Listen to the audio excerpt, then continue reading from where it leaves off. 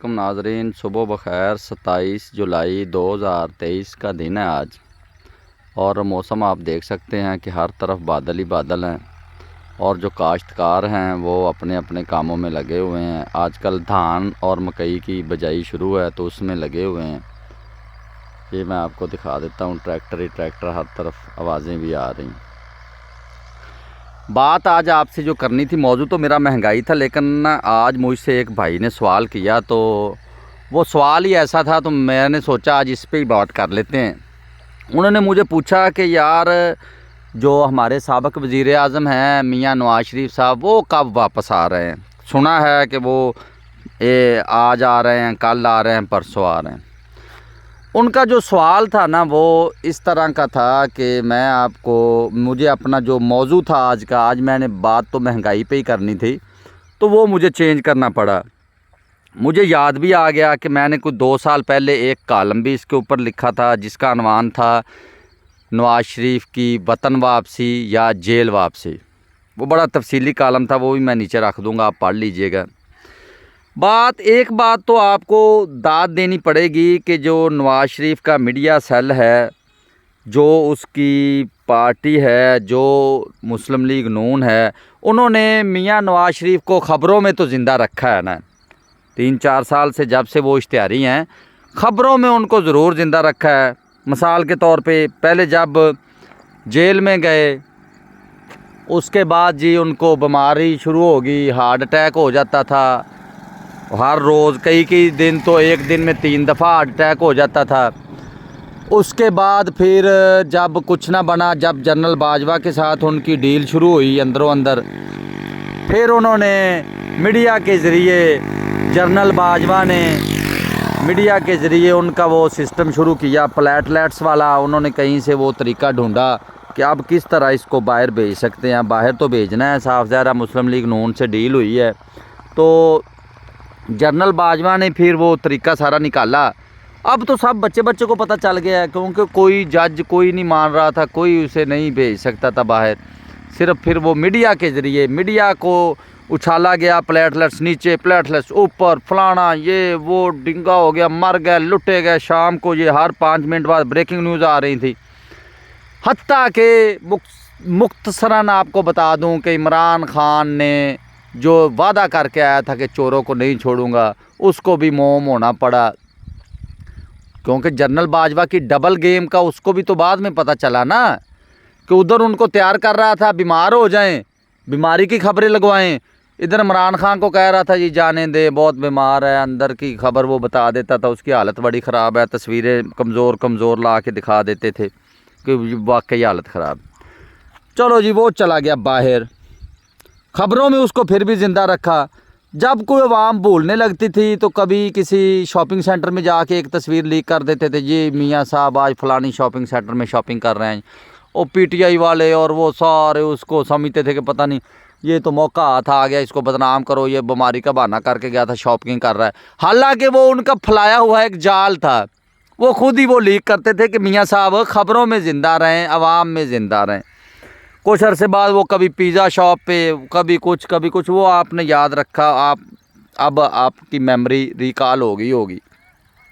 कभी घड़ियाँ ख़रीद रहे होते थे, तो फिर उन्होंने जब ख़बरों से फिर लेट होना शुरू हुए, तो फिर उन्होंने क्या किया कि उन्होंने उनको मशवरा दिया कि आप ना उम्रा करने जाएं।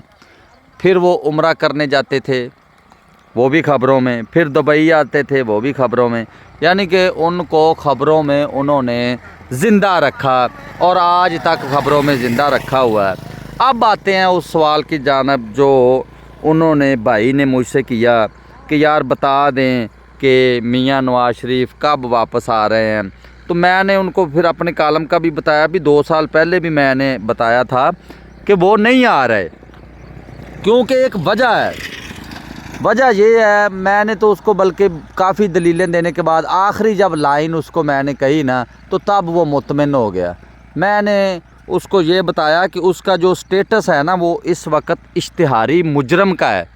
एक होता है सिंपल इश्तिहारी, कि वो जी अदालत से इश्तिहारी है, वो जहाँ से भी जब भी वापस आया वो अदालत में पेश हुआ, जी मैं सरेंडर कर रहा हूँ, मैं आपके रहमो करम पे हूँ, मैं पेश होना चाहता हूँ। अदालत उसको ज़मानत दे देती है, वो अपने केस चलाने शुरू कर देता है। मिसाल के तौर पे जैसे अभी अभी वो हमारे जो इसहाक डार साहब आए हैं, वो आपने देखा है कि वो सिर्फ इश्तिहारी थे, इश्तिहारी मुजरम नहीं थे। वो वज़ीर आज़म के जहाज़ पे लंदन से आए हैं, आके उन्होंने अदालत से पहली ज़मानतें करा ली, अदालत पेश हुए हैं और मुल्क के ख़जाने के ऊपर बैठ गए हैं। यानी कि पूरे मुल्क का जो ख़जाना है, जो मकरूज़ ख़जाना है, वैसे अपना ख़जाना तो कोई नहीं है, कर्ज़े ही हमने लेने होते हैं। जो भी डॉलर IMF वर्ल्ड बैंक देता है, यानी कि उसका मालिक वो इसहाक डार अब बन के बैठा हुआ है। वो था इश्तिहारी। एक होता है सज़ा याफ्ता इश्तिहारी, वो है मियाँ नवाज शरीफ साहब, वो सज़ा याफ्ता इश्तिहारी हैं। उनको वापस आके अदालतों में नहीं, जेल में जाना पड़ेगा, क्योंकि उनको तो सज़ा हो चुकी है। एक केस में 10 साल हुई है, एक में 7 साल हुई है, 80 लाख पाउंड उनको जुर्माना हो चुका है। वो सज़ाएँ, अब जेल में जाएगा तो उसकी अपीलें लगेगी, तो फिर है पहले उसको जेल में जाना पड़ेगा। ये बात मैंने उस भाई को बताई, वो उसकी ना फिर भी वो समझ में नहीं आ रही थी। आखिर में मैंने उसको कहा यार, झटके तरीके से उसको पंजाबी तरीके से समझाया। मैंने कहा यार तुम खुद ही सोचो, जो अपने सगे भाई की हुकूमत में वापस नहीं आया, 1.5 साल हो गया उसके भाई की हुकूमत को, सगा भाई है जो उसकी हुकूमत में वापस नहीं आया यार, वो अब इमरान खान की या जरदारी की हुकूमत में या निगरान हुकूमत में कैसे वापस आएगा? यानी कि सगे भाई से भी ज़्यादा वो किसके ऊपर यकीन करेगा? इस बात पे ऊपर फिर वो भाई मुतमिन हो गया और उसने कहा जी बिल्कुल बिल्कुल बिल्कुल सही है, यानी कि वो मियाँ नवाज शरीफ वापस नहीं आएगा। वो मुझे कहता यार ये नून लीग वाले रोज़ शाम को बैठे होते हैं, वो अपने इनका एक MNA है मियाँ जवेद लतीफ़, उसकी ड्यूटी यही है, सिर्फ मियाँ नवाज शरीफ ने कब आना है, क्यों आना है, नहीं आना, नहीं आने का तो वो नाम ही नहीं ना लेता। उसने हर साल वो दिखाना होता है जी, इन मौसम जब बारिशों का मौसम होता है ना, ये जून जुलाई अगस्त में, इन माह में ये कैंपेन शुरू करते हैं हर साल कि मियाँ साहब आ रहे हैं जी, बस मियाँ साहब आ रहे हैं जी। मियाँ साहब ने कोई नहीं आना होना। मियाँ साहब को या तो उधर बैठे ही लंदन में बैठे इधर से किसी तरीके से वज़ीर आज़म बनवा दें, उधर वो हलफ उठा ले ऑनलाइन वीडियो के ऊपर, तो फिर वो शायद वापस आ जाए।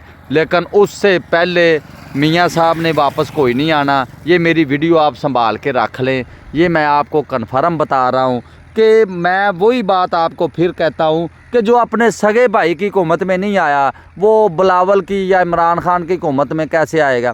अब बारी का हिसाब देखा जाए, जैसे इन्होंने मिसाके जमहूरियत में इनकी बारियां लगवाई हैं। अभी रिसेंटली जनरल बाजवा ने जाते हुए उसने कहा था कि सुना है, ये भी ज़राए कहते हैं कि अभी इसको हुकूमत शहबाज शरीफ को दे दें, इसके बाद दोबारा जब वोट होगा तो फिर आप बिलावल को ले आएँ और उसके बाद बिलावल के बाद फिर ये नवाज शरीफ, यानी कि वही जो 90 की दहाई में बारियां लगाई हुई थी उन्होंने अदारों ने इन दोनों की, अब वही कि ऊपर हम बैठते हैं, नीचे आप अदला बदली करते रहें।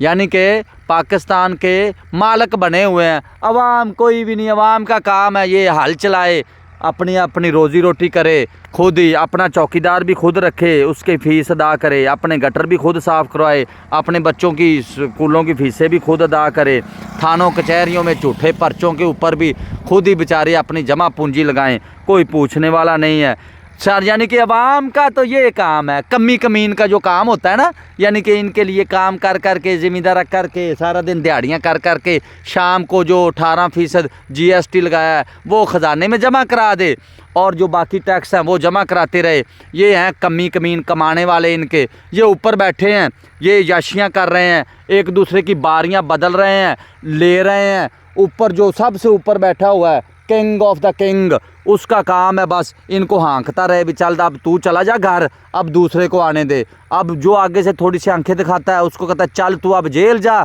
अब तू चल, मैं देखता हूँ तेरे साथ कितनी अवाम है। अब इमरान खान ने आंखें दिखाई हैं, उसके साथ अवाम भी थी, ऐसा उसको ठोका है ना एक बहाना बना के कि अब वो सारी PTI छुपती फिरती है। अगले साल 2 साल बाद कोई पता नहीं है ये पीपल्स पार्टी वाले छुपते फिरते हों, जैसे जब जनरल ज़िया ने इनको ठोका था, वो क्या कहते हैं, इनके ऊपर पाबंदी भी लगाने की सारा कुछ किया, इनको ढूंढते फिरते थे। बल्कि उस वक्त तो मुझे एक पीपल्स पार्टी का पुराना जियाला मिला है, वो कहता है हमारे ख़िलाफ़ इतनी मीडिया कैंपेन जनरल ज़िया ने करवाई कि हमें लोग मस्जिदों में नमाज नहीं पढ़ने देते थे। हमने फिर अलग मस्जिद बनाई, जब अलग मस्जिद बनाई तो उसके बाद फिर हमने नमाज अदा की।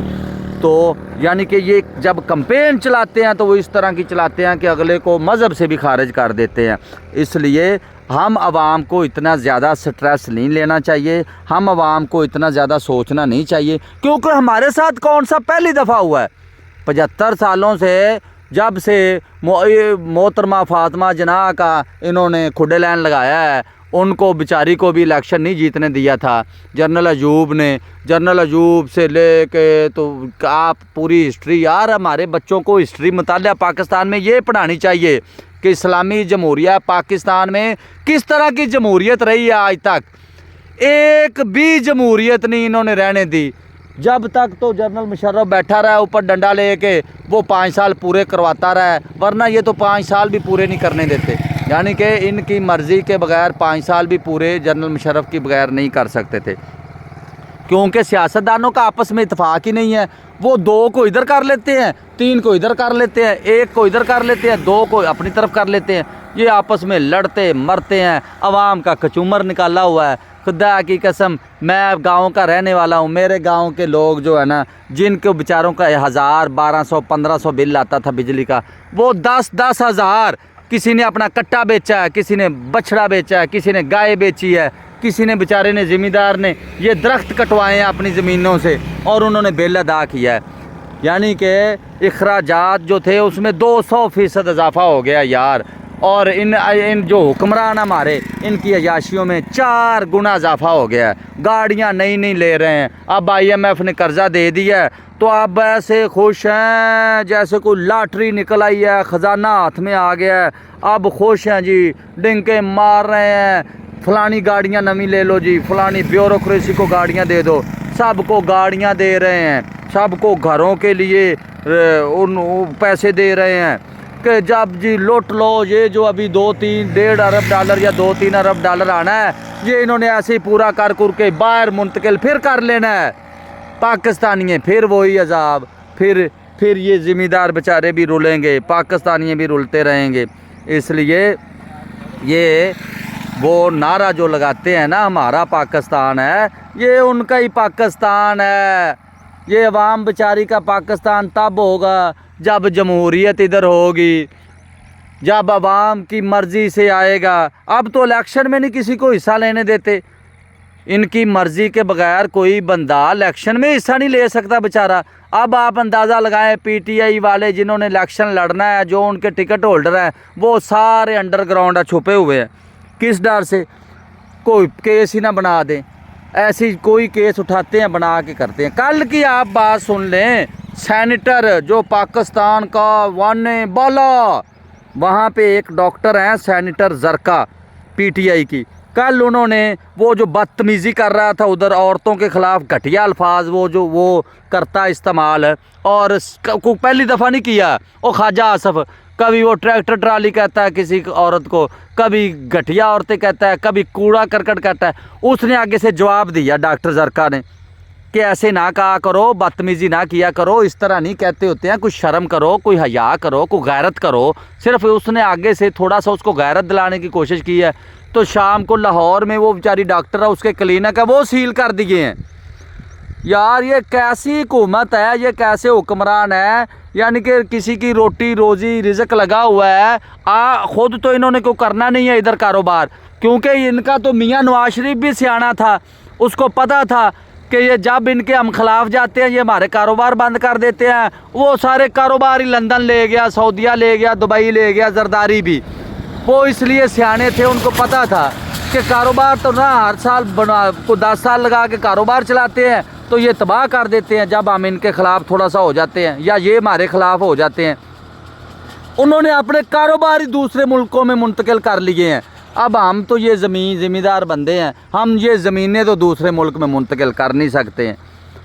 तो इसलिए हमें फिर इनके हिसाब से ही चलना पड़ता है, क्योंकि इनका जो पाकिस्तान है तो प्यारे भाइयों, ज़्यादा टेंशन लेने की ज़रूरत नहीं है। ये पाकिस्तान जो है ये कोई नया नहीं है। अब ये झूठे पर्चे को नए नहीं हो रहे। हाँ, ये काम नया हुआ है कि किसी भी सियासतदान या साबिक वज़ीर आज़म के ऊपर 180 पर्चे नहीं हुए थे।